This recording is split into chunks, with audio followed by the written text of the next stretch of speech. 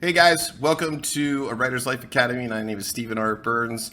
I am an author, editor, and the creator of the online course How to Write in 90 Minutes. And today I think we have one that you guys are really going to appreciate, and it's how to overcome writer's block.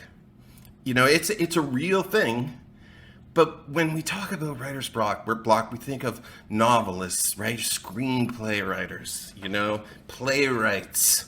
Oh, the angst, oh. But but it's a problem for anybody trying to write, right? You got to write that email that's really important for work, or you're writing an essay for school and you don't know what to do, or you have to write a speech, right? Even if it's like a wedding speech, and you just keep staring at the page, and it's so hard. And so today I'm going to give you a couple of tips on how to kick writer's block in the tail. And we're going to do a couple of fun exercises and just stay with me on it, okay? Even if they seem a little bit ridiculous, remember we learn more when we're having fun, all right? So let's go with how to overcome writer's block. How to overcome writer's block. Now, I've heard some people suggest that writer's block, I've heard writers say that it doesn't exist, but guys, it exists. Let's look at it. Now, I said it exists, but some writers don't suffer from it. I've never suffered from it. And so that's one of the reasons that I want to take a look at it. I love what Pulitzer Prize winning novelist Jennifer Egan has to say, and you're going to see why as we go. I haven't had writer's block. I think it's because my process involves writing very badly. Let's take a look at what she means. First, it's usually addressed as a fear-based problem, and I'm going to dig into that in a bit. But that's only partially true. It's also a beginner problem, which a lot of people don't mention. And what I mean is that if you don't have the tools to understand what you're doing, it's going to be very hard to complete any task. If you told me to fix the plumbing or build a table, I'd freeze up too. I have no idea what I'm doing. And that's precisely what my course, How to Write in 90 Minutes, was designed for. It wasn't designed for writing professionals. It was designed to give you a complete toolbox so that doesn't happen. So today I'm going to take out a couple of those tools. And this is basically what I'm trying to do in all of these videos. Just pull out that screwdriver and show you how to use it. Pull out that wrench and show you how it works. Look, guys, there's nothing more frustrating than needing to do something like an essay or a speech and feeling that dread when you sit down to do it. So let's see what we can do to help you overcome that. Two more things before I give you my tips, okay? The first is this: the fear factor is real.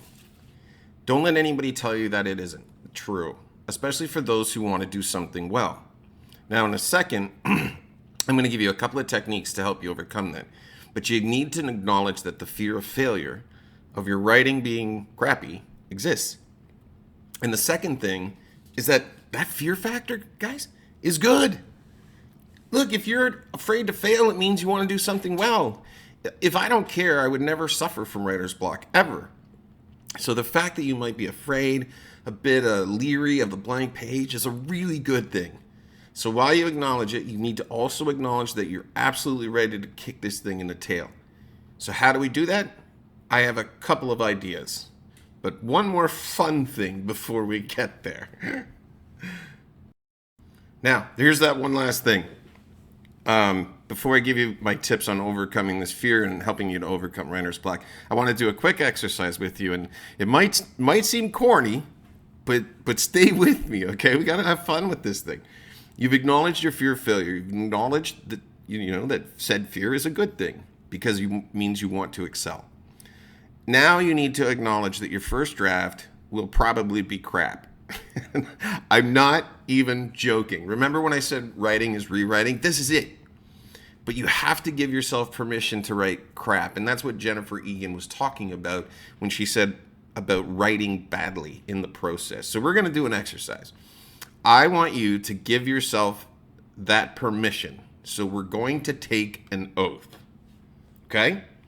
Listen, have fun with it. So say it after me. I, Stephen, use your own name, do hereby give myself permission to write crap. Okay, one more time, except this time we're going to do it with an accent. You guys can use any accent you want. I will go to my tried and true, and you're absolutely going to learn more if you're having fun. So that's part of this process, okay? I, Stephen, do hereby give myself permission to write crap. Yay! All right. Now you're ready for the secret keys. Okay, tip number 1 for overcoming writer's block. Now that we've taken the oath and given ourselves permission to write crap, overcoming writer's block is mostly about getting your inner editor out of your head. You have sworn the oath. I heard it from Toronto. And now you need to follow through. So you're going to write that first draft, whatever your project you're working on, school essay, whether it's a blog, whether it's a piece or a wedding speech, whatever, you're going to type that out. And I don't care if you've made a spelling error or written a nonsensical statement or you forgot punctuation, you are not allowed to touch it. Nothing. You're not allowed to edit at all during your first draft. Even if you contradict yourself or, new research points out something else. You can change it later. The goal is to get your first draft done. If you're running a 5K race and you have to walk the last 4K, you finish it that way. Avoiding writer's block is avoiding that inner editor. You got to tell it to shut up. So you know when your first draft is going to be, because I can tell you this, the second draft is a hell of a lot easier when you're just editing. I can give you a personal example. When I write a new novel, okay, my goal is to write 3,000 words a day for 30 days straight.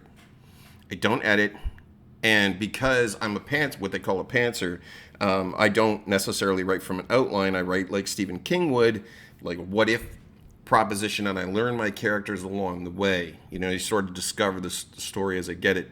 But I get it all down, and yes, it's exhausting. But after that, the second edit becomes fun.